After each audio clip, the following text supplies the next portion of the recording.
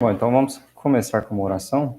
Em nome do Pai, do Filho e do Espírito Santo. Amém.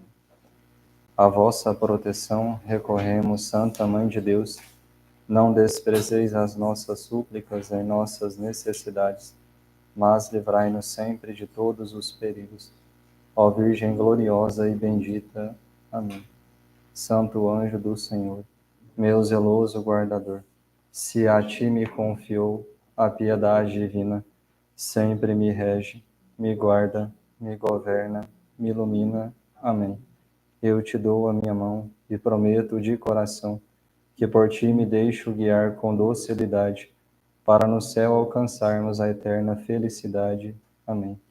Vinde, Espírito Santo, enchei os corações dos vossos fiéis com a vosso amor. Enviai, Senhor, o Espírito, e tudo será criado, e renovareis a face da terra. Oremos.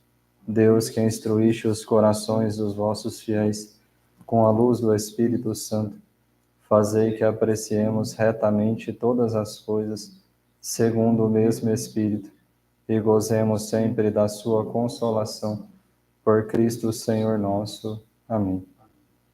Louvado seja o coração de Jesus, para sempre no coração de Maria. Com o vosso Filho, a Mãe Pia, abençoai-nos, ó Virgem Maria. Bom, então o motivo desta exposição de hoje, nós somos 5 aqui, né?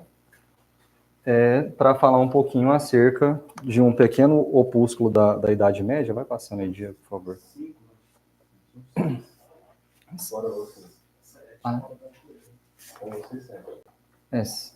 Tem 3 pessoas online, depois eu mando o PDF lá no grupo, mas tem ele impresso aqui também.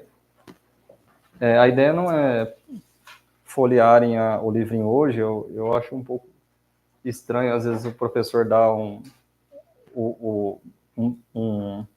conteúdo antes da aula, até porque pode desviar um pouco nossa atenção, né? Mas, para os que estão online, nós iremos falar acerca deste pequeno opúsculo aqui, que é um livrinho bem pequenininho. Deve ter aqui lá suas 12 páginas, mas o PDF dele é menor ainda, porque essas páginas aqui da impressão, elas estão divididas, né? Então, a ideia é nós expormos um pouco, né, da importância da nossa vida de estudos, né? Falar um pouco tanto acerca da vida de estudo e também falar o modo como, sob certo sentido, a igreja enxerga como nós deveríamos estudar, né? Porque, afinal de contas, existe uma forma correta, né? Todas as ciências, elas têm um objeto, né? E existe dentro daquela ciência uma forma de você alcançar aquele objeto. Então, por exemplo, o objeto da medicina é a saúde, né? O objeto da informática são os computadores, e assim sucessivamente, né?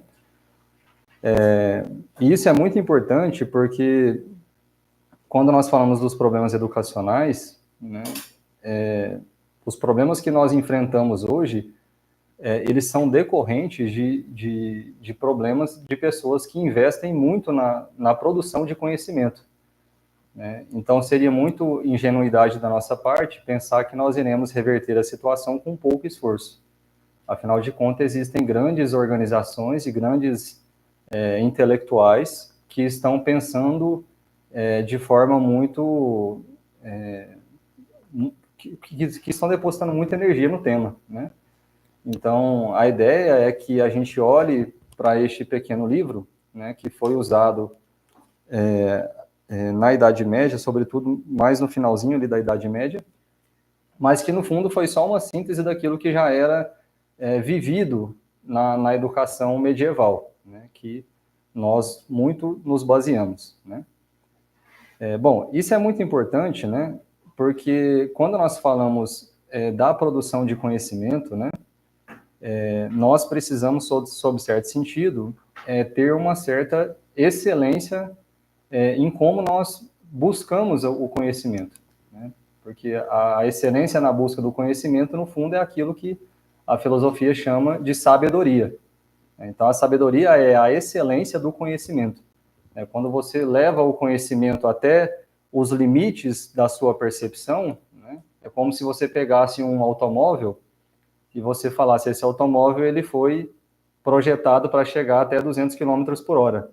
Então, quando ele chega no 200 km por hora, ele chega no limite, ele chega no auge, né? E o auge do conhecimento é o que nós conhecemos por sabedoria, né? Então, no fundo, o que esse opúsculo ensina é como se forma um homem sábio. Né? Este é o objetivo do opúsculo. Né? E isso é muito importante para nós, porque hoje em dia nós perdemos um pouco a noção da força da verdade. Né? O próprio Santo Tomás, na Suma contra os Gentios, logo no começo, eu ia até trazer para a gente ler, só que é um pouquinho extenso, né? Na Idade Média, na época de São Tomás de Aquino, existia algumas cerimônias, né? Que eram cerimônias onde os professores eles se colocavam à disposição dos alunos e os alunos poderiam fazer qualquer pergunta que fosse, né? E perguntar então a Santo Tomás qual que era a força que mais move o homem, né? E aí deram 4 opções, né? Se era a mulher, se era o vinho, se era o rei, ou se era a verdade, né? E aí o Santo Tomás, muito sabiamente, ele vai fazer uma ligação destes temas com aquilo que nós chamamos de potência da nossa natureza, as potências da nossa alma, né? Então, vai dizer o Santo Tomás que cada uma dessas forças, né, dessas 4 forças que nós comentamos, ela exerce a sua força dentro daquele domínio.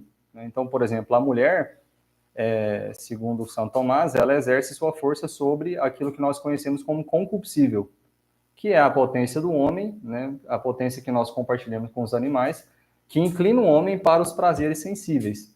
Né? E dizia São Tomás que dentro desta potência do concupiscível, a mulher é aquela que exerce a sua maior força. Né? Então, por exemplo, o rei não exerce uma força no concupiscível superior à mulher. Né? A segunda coisa, que é o vinho, né, ele exerce a força sobre o imaginário. Né? Porque quando o homem abusa da bebida alcoólica, a bebida alcoólica deturpa o imaginário e aquilo faz com que a criação dos fantasmas embotece a inteligência, porque o imaginário é o que fornece o fruto ali para a inteligência, né? A matéria, né? O rei, por sua vez, exerce a sua força sobre o irascível, né? Que é aquela potência que existe em nós, que faz com que nós preservemos a nossa vida. Então, por exemplo, a ira, que é uma paixão, ela está dentro desta potência chamada irascível, né?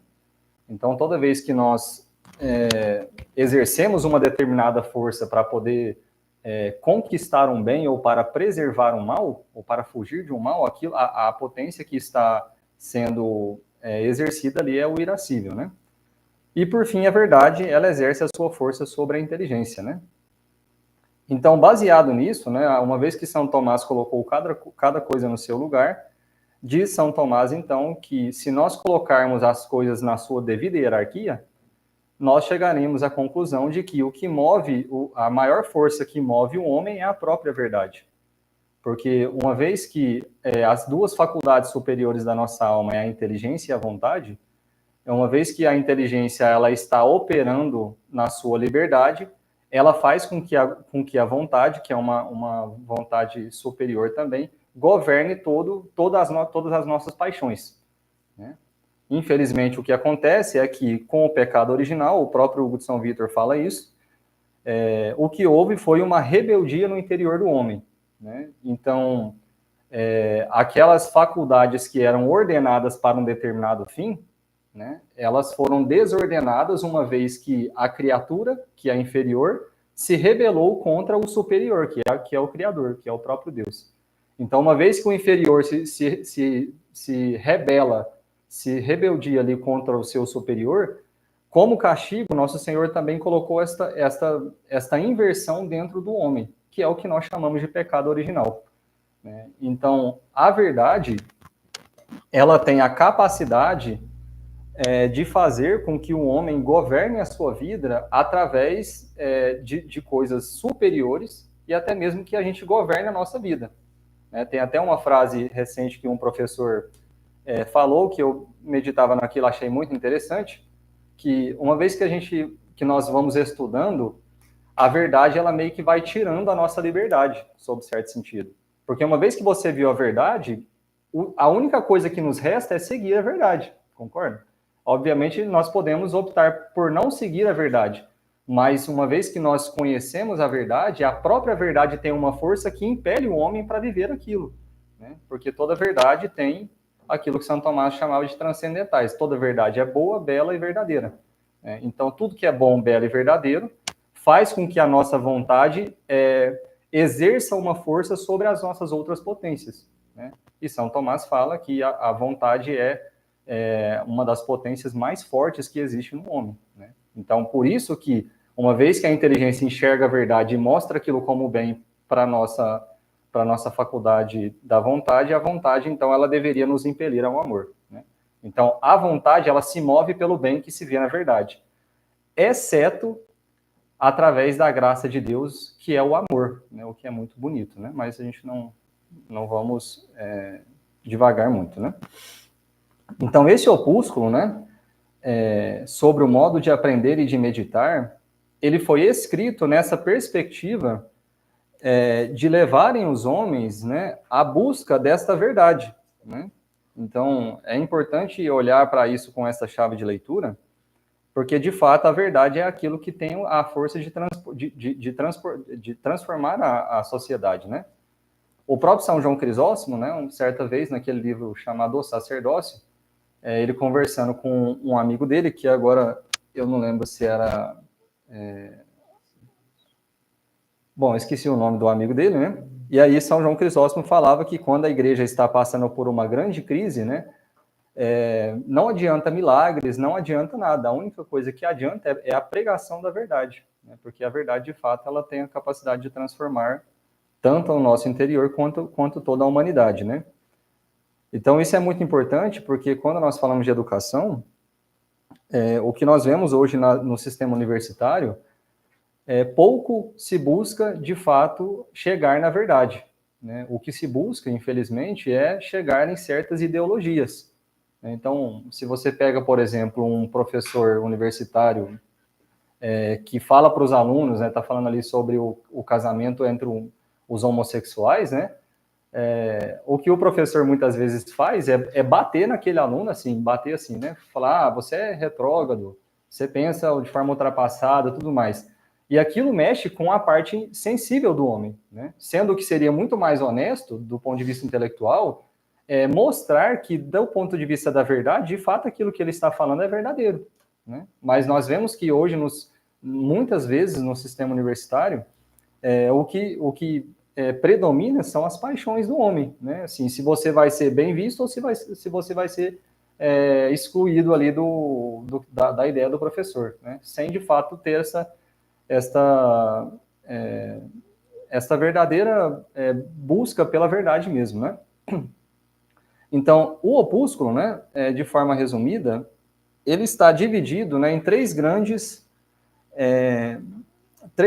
partes, né? São as partes macros que existem dentro do opúsculo, né? Que muito certamente hoje nós não iremos ver, mas eu pretendo fazer aqui um preâmbulo antes da gente conseguir, de fato, entrar aqui no opúsculo, né?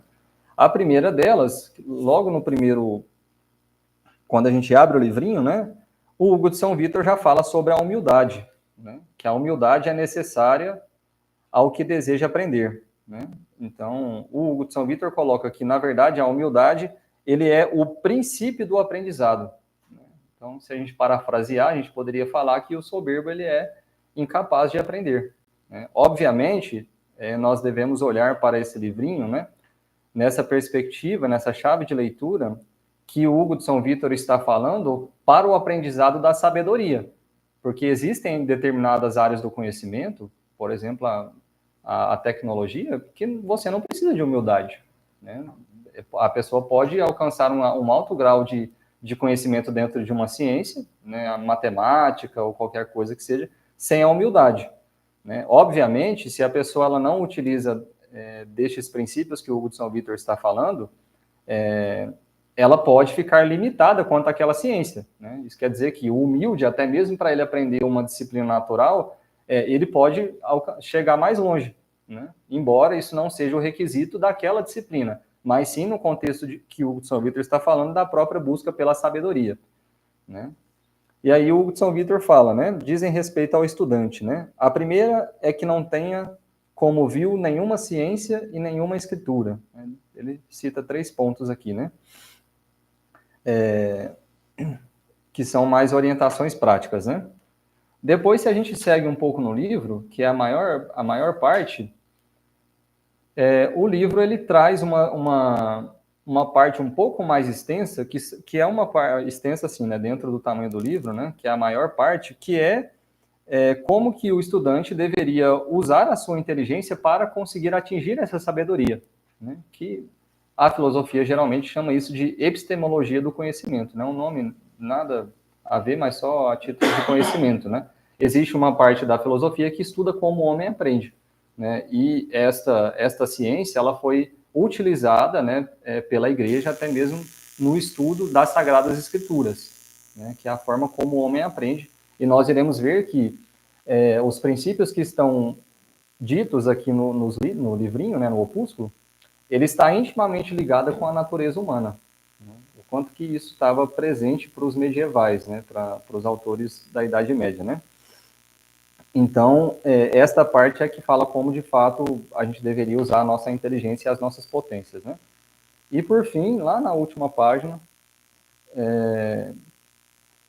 que o Hugo de São Vítor chama de as obrigações da eloquência, é o que o Hugo de São Vítor vai fazer um terceiro grande ponto, que é a conexão que tudo isso tem com o aprendizado, né? Então, como que através, principiando pela humildade, passando pelo modo como o homem aprende, como que o lecionar, o ensinar, ele se conecta com o aprendizado, o que é muito interessante, porque geralmente quando a gente fala de aprendizado, parece que o professor ele sempre é a posição passiva, né? E sempre quem está recebendo é o outro, sendo que na verdade existe uma sabedoria, né, escondida dentro deste modo de ensinar, né? E isso é muito interessante porque é exatamente como a inteligência do homem funciona, né? Nós iremos ver que isso se dá através da meditação. No ato do homem tentar, quando eu digo homem aqui é englobando, né? No ato do ser humano tentar explicar para si mesmo determinadas verdades, aquilo faz com que estas verdades elas vão como se fosse crescendo, né? É uma analogia da cebola, né? Você vai tirando as cascas, né? A inteligência vai removendo no processo intelectual tudo aquilo que de fato não faz parte da substância, então vai tirando um acidente. Por exemplo, o cachorro, se você vê um cachorrinho, né? Esse cachorro é marrom, esse cachorro tem 4 patas, esse cachorro é grande, o latido dele é grosso, é fino, esse cachorrinho corre, ou ele é lento, ou ele está machucado. Então, a inteligência começa a separar essas coisas, né? Separar isso que nós chamamos de acidente até chegar de fato no núcleo.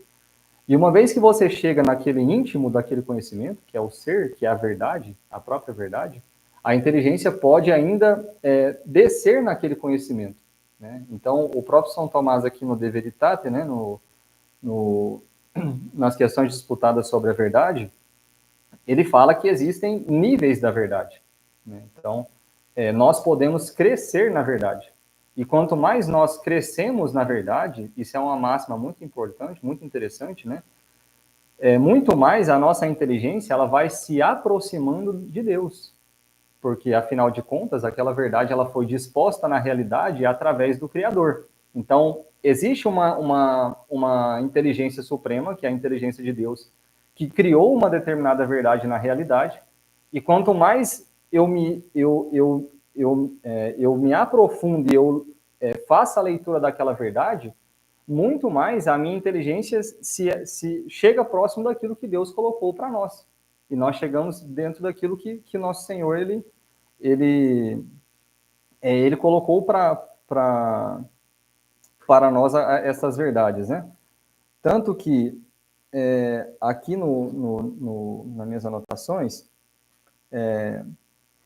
eu trouxe aqui uma anotação de São Tomás, E ele fala na mesma Suma contra os Gentiles, né? Quando São Tomás está analisando lá as 4 causas lá, né? Da verdade, o vinho, o rei e a mulher, né? São Tomás fala que entre todas as coisas que o homem pode dedicar-se, a busca pela sabedoria é a mais perfeita, sublime, útil e bem-aventurada. E é muito bonito porque São Tomás vai decorrendo sobre essas 4 palavrinhas que ele usa, né? E quando ele vai falando que ela é a mais perfeita, é exatamente por isso, porque a verdade, ela nos aproxima de Deus. Né? A busca da sabedoria, ela faz com que a nossa inteligência, ela esteja mais próxima do Criador. Né? Porque tudo aquilo que está disposto na realidade está sendo pensado por Deus. Né? Existe uma máxima na filosofia que fala, nada move-se a si mesmo. Né? Ou seja, né, esse copo ele nunca pode sair daqui se outra pessoa não vier aqui e tirar ele daqui para cá, né? Isso vale para o nosso interior também. Né? Por exemplo, as nossas faculdades sensoriais, a visão, o ouvido, ela só é estimulada a partir do momento que alguma coisa levou ela a ser estimulada. Né? Então, por exemplo, eu posso ter a visão, mas eu posso fechar os meus olhos. Ou simplesmente, aqui tem várias coisas que eu estou vendo, mas eu posso apagar a luz. Então, ninguém vai enxergar mais. Então, é necessário que algo que esteja atualmente naquele estado, de fato, atualize uma potência que ainda não está em ato. Isso, se a gente for olhar para o universo nessa perspectiva, nós iremos ver que, na realidade, tudo que existe na natureza, ela está constantemente uma coisa movimentando a outra. A gente vê tanto que é bonito na fotossíntese, assim, né? Uma coisa causa a outra, que causa a outra, que causa... E se a gente for buscar a causa primeira de tudo isso, nós veremos que é o próprio Deus. Só que a inteligência do homem, ela é atualizada através daquilo que nós chamamos de causa segunda. Então, por exemplo, um copo, a natureza, um animal, as verdades que nós conseguimos ver através dos sentidos, né? Então, isso são causas segundas. Então, sob alguma perspectiva, alguma coisa iluminou um objeto que tocou nos meus sentidos, que passou para a minha memória, chegou no imaginário, pulou até a inteligência. Então, é um processo muito complexo que nós iremos ver depois. E aquilo faz com que a inteligência, de fato, ela entre num estado de funcionamento, é como se fosse um motor dormindo, né? E ela simplesmente passa a funcionar porque alguém colocou o plug na tomada e ela veja aquela verdade. E aquela verdade, quanto mais eu vou me aprofundando nela, aquilo vai me fazendo estar mais perto de Deus, né? Porque essa verdade veio do coração de Deus. Então, esta é a primeira luz da nossa inteligência, né? Agora, o mais extraordinário disso tudo, fazendo uma pequena digressão, é que esta mesma inteligência, ela pode ser levada ao ato pela graça de Deus. Então, por exemplo, eu posso estar aqui no meio de um monte de coisas ao meu redor, vendo, por exemplo, até mesmo muitos estímulos, e a minha inteligência, ela pode estar pensando em Deus, sendo que nada me leva para Deus. Porque Santo Agostinho falava que a inteligência do homem, ela é iluminada também pela graça, tanto pelas verdades naturais, quanto pela graça. E quanto mais nós vamos nos aprofundando numa vida de intimidade com Deus, mais esta luz ela vai se manifestando no nosso interior. Então, mais a gente vai conseguindo viver essa realidade cheio de estímulos, e esses estímulos eles não terem sentido nenhum para nós. Tem uma carta muito bonita de São Padre Pio, já abro, aonde que São Padre Pio descreve uma oração um momento de oração dele, né? Um frei ficou perguntando demais para ele, né? Fala, São Padre Pio, me explica como que o senhor reza, né? Um fradezinho. Aí ele foi e escreveu uma carta falando como que ele rezava, né? Olha, quando eu vou rezar, dificilmente eu uso os meus pensamentos. Pode ter criança chorando do meu lado, pode ter acontecendo o que for, e aquilo ali não me tira da presença de Deus. Né? Então vejam que bonito, né?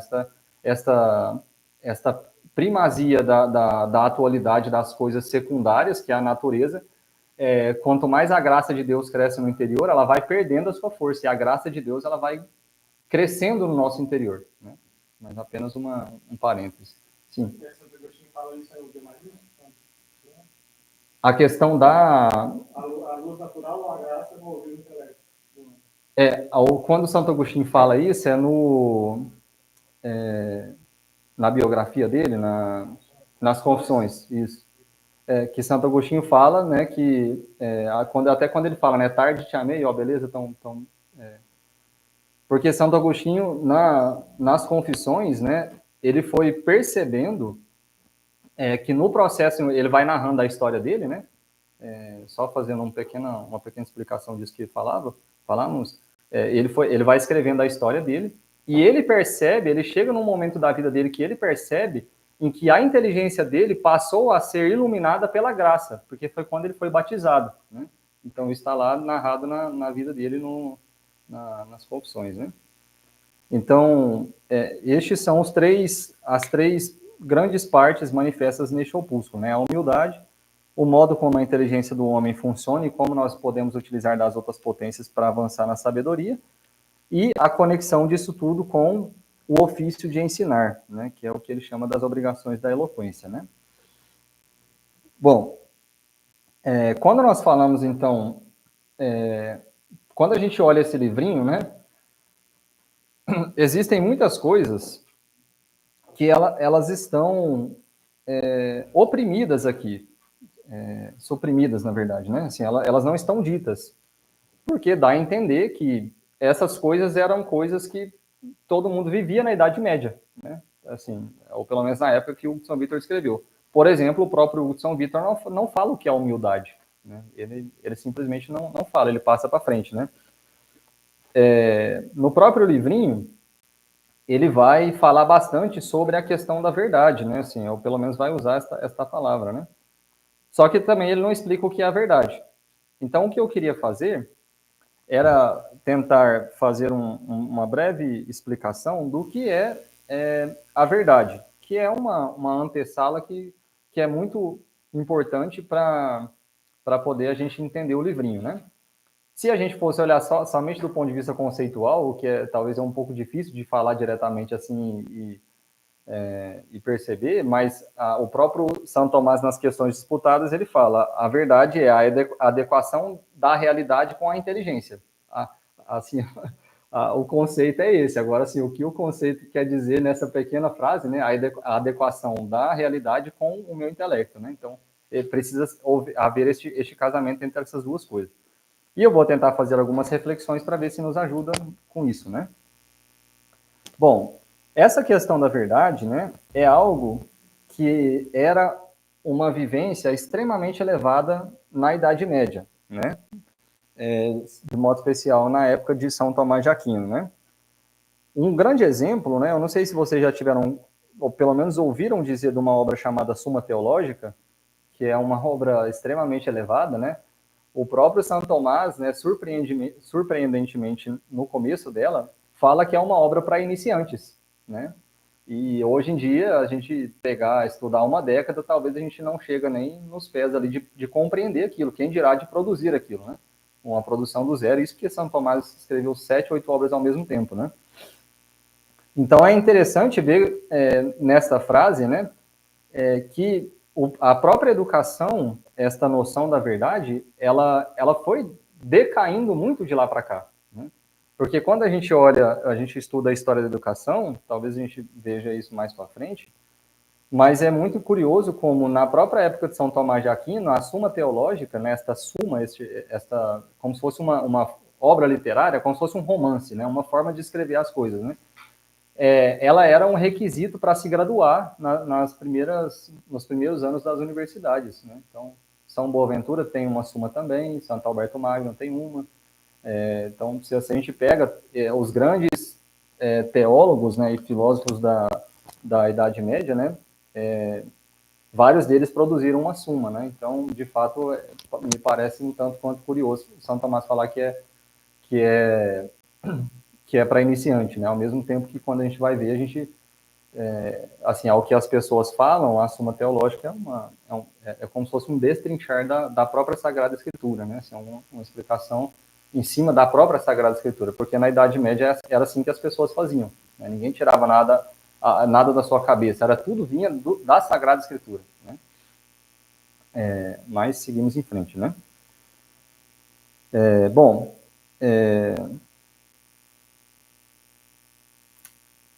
tá bom. Então, desde a Idade Média, então, da época de São Tomás até aqui, nós vemos que, nós poderíamos dizer que, olhando para a história da educação, esta verdade que move o homem, né, ela ficou cada vez mais enfraquecida. Né? Então, num primeiro momento, com a formação das universidades, isso foi feito de forma acidental. Mas, com o avançar das décadas, né, dos séculos, isso passou a ser feito de forma proposital, não mais de forma acidental. Né? Então, as pessoas começaram a se distanciar cada vez mais da verdade, e se a gente chega mais na modernidade, mas não precisa nem tão longe assim, a gente poderia, por exemplo, remontar à Revolução Industrial, as pessoas elas passaram a viver em busca dos bens materiais. Né? Então, o que passou a mover o homem, né, foi a busca pelos prazeres. Né? Assim, trocando, a gente poderia dar outros nomes para isso, mas no fundo foi isso. Né? O concupiscível e o irascível passou a dominar, e não mais a verdade. Né? Tanto que hoje é extremamente complexo você falar uma verdade e a pessoa aceitar e se converter. Né? Eu me lembro aqui que na outra exposição que eu fiz acerca desse tema eu falava isso, né? Mas se a gente olha nos primeiros séculos, né, toda grande heresia que surgia também um grande sábio que aniquilava aquela heresia. Né? Por exemplo, o maniqueísmo, que foi o que Santo Agostinho simplesmente acabou, Santo Agostinho se envolveu com aquilo, ele viu que não era bom, através da verdade, ele destruiu aquilo e simplesmente a coisa desapareceu. Né? E quando a gente olha para o nosso século, por exemplo, o protestantismo, né? O negócio já dura 500 anos e ninguém acaba com o negócio. Né? Assim, parece que tem alguma coisa errada. Né? Hoje em dia é gênero, é aborto, e nasce coisa, parece que está brotando igual erva daninha no capim, né? Igual braquiara, né? E o negócio não para de surgir e não tem um sábio que vai lá e tira aquilo. Né? Exatamente porque na própria visão geral da educação, cada vez mais o homem se distanciou desta verdade. Né? Se distanciou de fazer essas grandes contemplações. Né?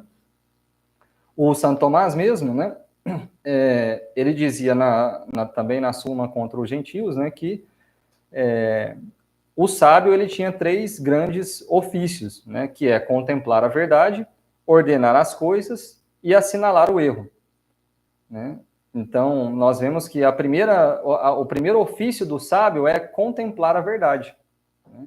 Porque uma vez que a gente contempla a verdade, nós conseguimos ordenar as coisas. Isso vale até mesmo para o nosso interior. Né? Quando a gente vai contemplando as verdades da fé, a Sagrada Escritura e tudo mais, aquilo ali vai fazendo com que a nossa vida ela vai se ordenando. Né? A gente fala, não é desse jeito que tem que ser feito. Né? E a gente vai se arrependendo e vai procurando o sacramento da confissão e aquilo vai ordenando. E se a gente vai subir na instância, né, essa contemplação da verdade, a ordenação de todas as coisas e a assinalação dos erros, ela vai crescendo para uma esfera maior, né? Por exemplo, para a sociedade, como nós dizíamos. Né? Então, o próprio Santo Tomás ele já dizia da importância dessa questão de contemplar da verdade. Né? E é interessante como que nessas poucas páginas, né, que tem neste opúsculo, né, está dito como se fosse um modo de fazer isso. Embora de uma forma tão resumida, né, tão densa, né, porque na antiguidade uma palavra só dizia tanta coisa, né, assim, tanta coisa que, por exemplo, você pega, por exemplo, um autor fazendo uma exegese, a gente não precisa ir tão longe, uma coisa que está muito assim alta hoje em dia é a catena áurea, né? Então, às vezes, eu me lembro quando eu vi a catena áurea de São Lucas, né? E falava uma única frase acerca da Virgem Maria, e tinha ali umas 5 páginas, assim, o que os autores meditavam em cima daquilo, né? Então, uma frase dizia muita coisa, né? Hoje, infelizmente, é muita palavra, essas palavras, muitas vezes, sem nenhum sentido, né? E se você junta todas elas, você não consegue chegar na verdade, né? Então, embora o opúsculo ele esteja bem condensado, né? No fundo, o que ele quer responder como se forma um homem sábio, né? É como se faz um homem contemplar a verdade, ordenar as coisas e assinalar o erro, que é o que São Tomás estava falando, né? Bom,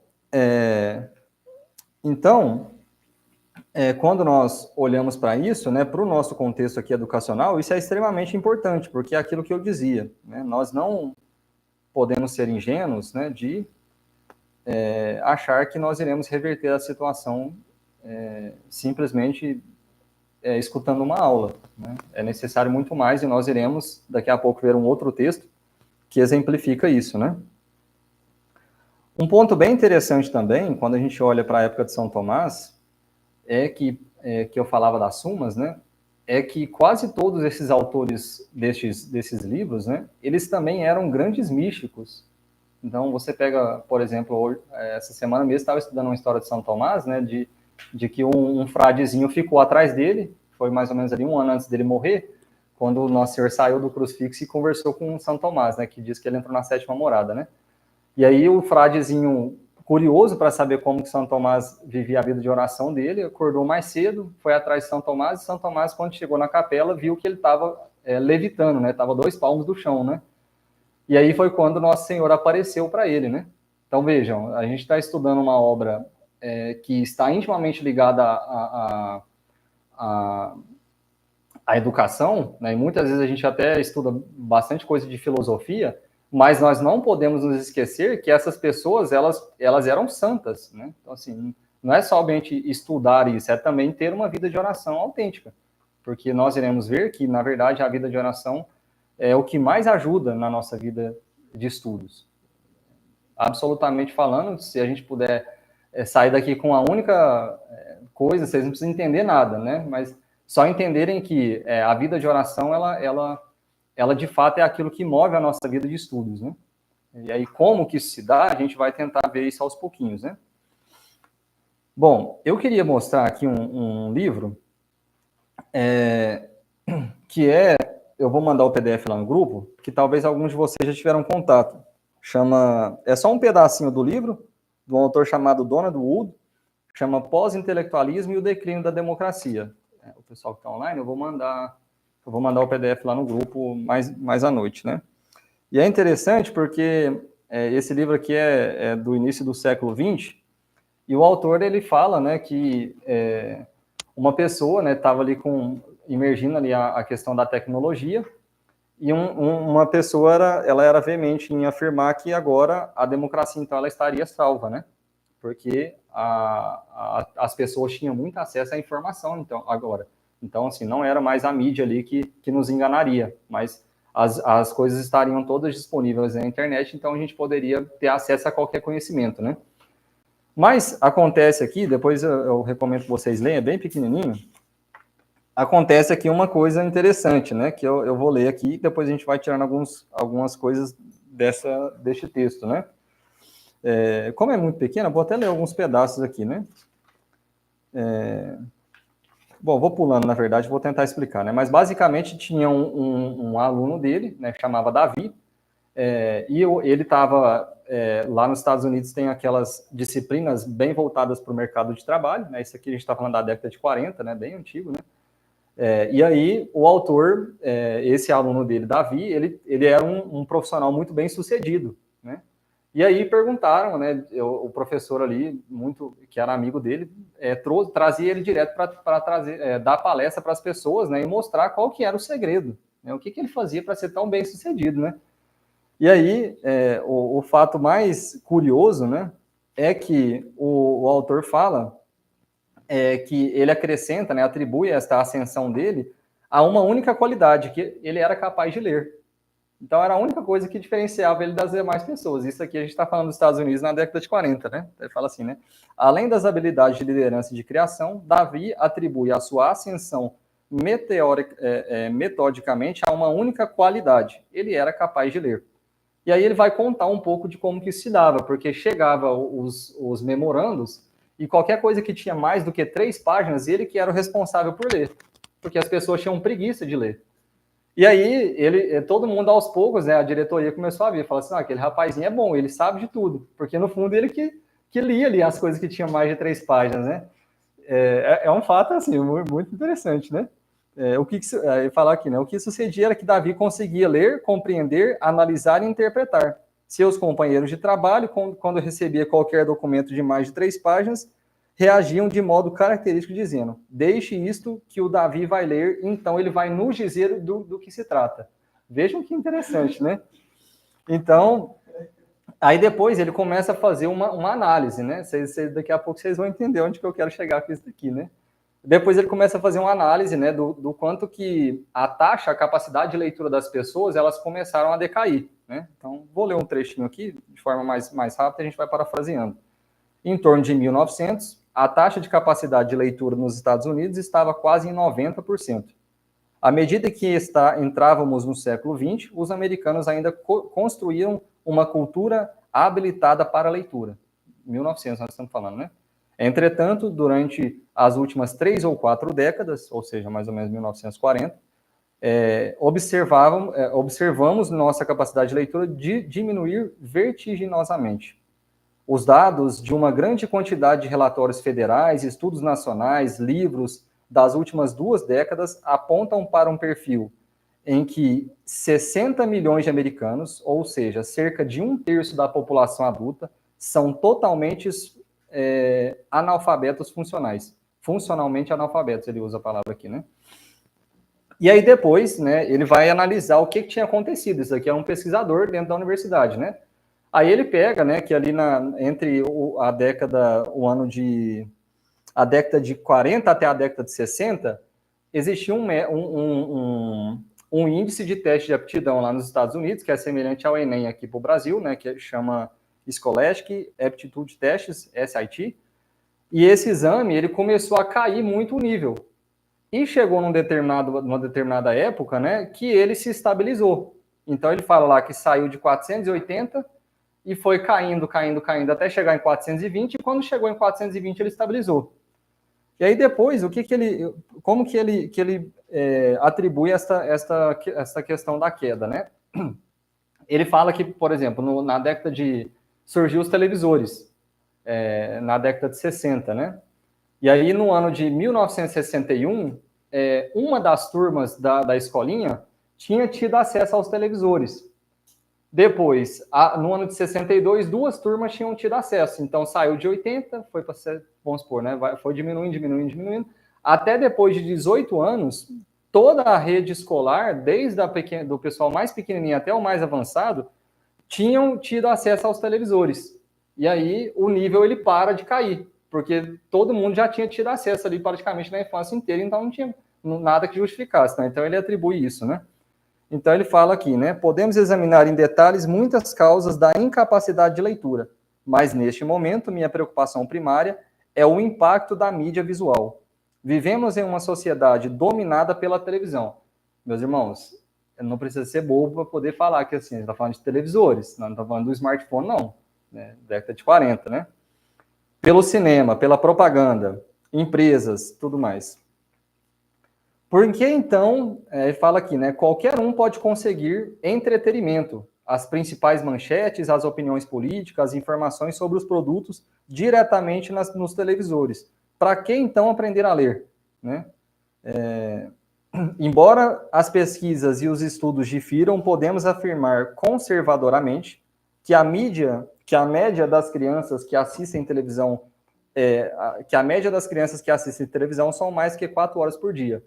Então, assim, é um número relativamente alto para a década de 40, mas baixo perante ao nosso século atual, né? Vejam que interessante, olha isso aqui.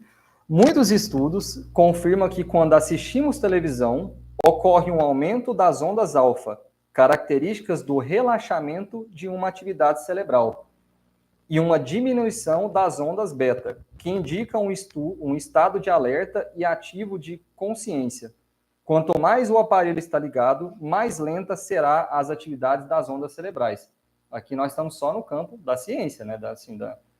Vejam que interessante. Aqui no fundo, se você puder pegar essa frase toda aqui e transformar para zumbi, é a mesma coisa. Né? Assim, à medida com que a pessoa tem mais contato com isso, vai fazendo uma série de operações no cérebro da pessoa, coisas fisiológicas, que vai entrando num estado de relaxamento, de preguiça, né? de incapacidade de ler, né? E aí ele vai avançando, né? Isso aqui é muito interessante. Olha esse outro trecho aqui, né? muitos escritores traçaram um paralelo entre a dependência das drogas e a dependência da televisão, sugerindo que podemos tornar-nos drogados pela pesada dosagem de programação que ingerimos diariamente. Então ele segue aqui, depois vocês leem lá, é muito interessante. E, no fundo, o autor, então, coloca tudo na conta da televisão, né? Mas o fato é que este declínio, ele está acontecendo há muito mais do que 40 séculos, né? Ele está desde, pelo menos, remotamente, pelo menos na época das universidades, que a gente não vai tratar isso agora. Mais um ponto muito interessante que eu queria falar isso. 4 décadas. Mas, assim, o ponto é que aqui ele é uma leitura, uma chave de leitura, né, da questão do declínio da educação, pegando em como que as pessoas deixaram de ler por causa do excesso de estímulos, né?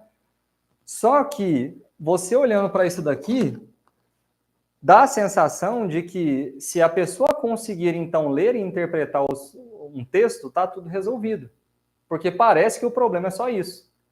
E isso o Hugo de São Vítor, né, fala que, na verdade, e talvez a gente na próxima aula possa até ler um pouco das questões disputadas, só que ela é um pouco confusa, porque o São Tomás pega os pontos contrários, vai argumentando ali, depois ele conclui, mas o próprio De Veritate fala dessa questão dos níveis da verdade. Então, quando a gente está falando da leitura e da interpretação do texto, na verdade, a gente nem entrou na verdade. A gente está falando somente de adquirir um conhecimento para o nosso interior. Mas isso, meus irmãos, ainda está muito longe da verdade. Tem muito chão ainda pela frente, né? Então, eu fiz essa pequena reflexão aqui,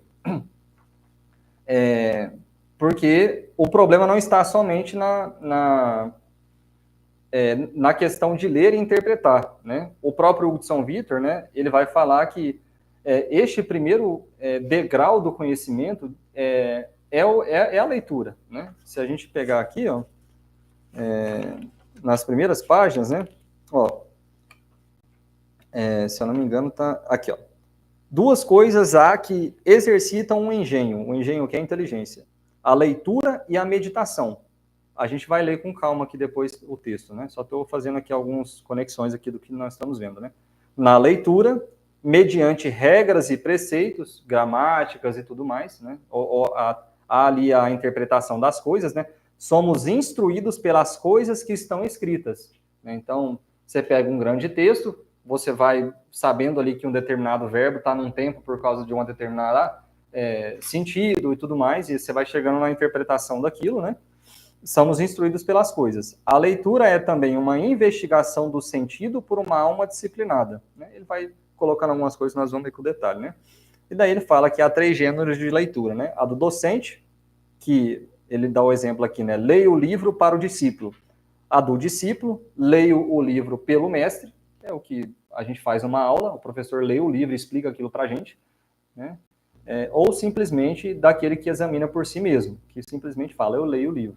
Então, mas esse aqui, esta leitura, né, é somente o primeiro grau, e é um grau muito, muito superficial, e que ele tem pouca diferença, prestem muita atenção nisso que eu vou dizer, este grau somente da leitura, ele tem pouca diferença com as formas que estão no nosso imaginário.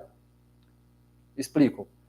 Este copo, né, ele tem uma verdade universal por trás deste copo, né? Esse copo, eu consigo atribuir ao ente copo o plástico, o vidro, e qualquer coisa que seja, né? No meu imaginário, existe uma forma de um copo de plástico. Por exemplo, você vê uma imagem, você se lembra. Então, agora, por exemplo, imagina aí um copo cor-de-rosa. Veio uma imagem na sua cabeça. Essa imagem está no imaginário. O primeiro ato de intelecção que a inteligência olha para o imaginário, tira as coisas sensíveis e chega numa coisa abstrata, a diferença dela para o imaginário do ponto de vista antropológico é gigante, porque nós estamos num grau dentro da inteligência que ela é totalmente imaterial. Mas do ponto de vista do conhecimento, da epistemologia, do aprender, tem muita pouca diferença. Isso quer dizer que, se você fica num determinado nível, nesse primeiro nível da verdade, e outra pessoa chega e argumenta muito bem que aquilo não é verdade, você pode se convencer facilmente que aquilo de fato não era verdade. Que é o que acontece hoje no sistema universitário também. Né? Você entra, por exemplo, num curso de pedagogia, Paulo Freire é bom, e aí o professor que estuda Paulo Freire há 10 anos vai falar só de Paulo Freire. E aí o aluno fala, não, Paulo Freire é muito bom, isso aqui é a verdade. Aí o outro vem e fala de Montessori. E aí o autor lá se dedica 20 anos a Montessori e vai falar que Montessori é o melhor método.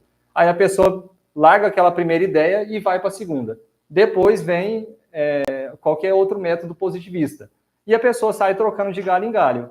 Por que isso acontece? A pessoa talvez ela até atingiu o primeiro nível da verdade, mas aquilo não tem força suficiente para convencer o nosso interior de que aquilo de fato era verdade. Então percebam que nem para nós, muito menos para as crianças, isso não vale de nada. Tem muito pouco efeito na alma, né? Porque este é o primeiro grau da verdade. O que vale é daqui para frente. É igual a gente reduzir a nossa vida cristã a parar de cometer pecado. Né? Parar de cometer pecado é essencial. Ninguém pode viver uma vida cristã, ninguém pode se chamar de cristão se não estiver em estado de graça, confessar os pecados, estar em paz com Deus, né? E com a graça de Deus ficar olhando até mesmo os pecados veniais, os defeitos, e você vai avançando ali na coisa. Mas a vida espiritual não é aquilo. Aquilo ali, na verdade, só limpou o terreno, é como se fosse a terraplanagem. Você foi lá e tirou o mato, tudo, o trator veio e deixou o negócio certinho. Agora tem que construir o edifício em cima daquilo. Né? Então agora tem que vir construir as paredes, levantar as coisas, fazer a coisa subir. E isso se faz através da vida de oração.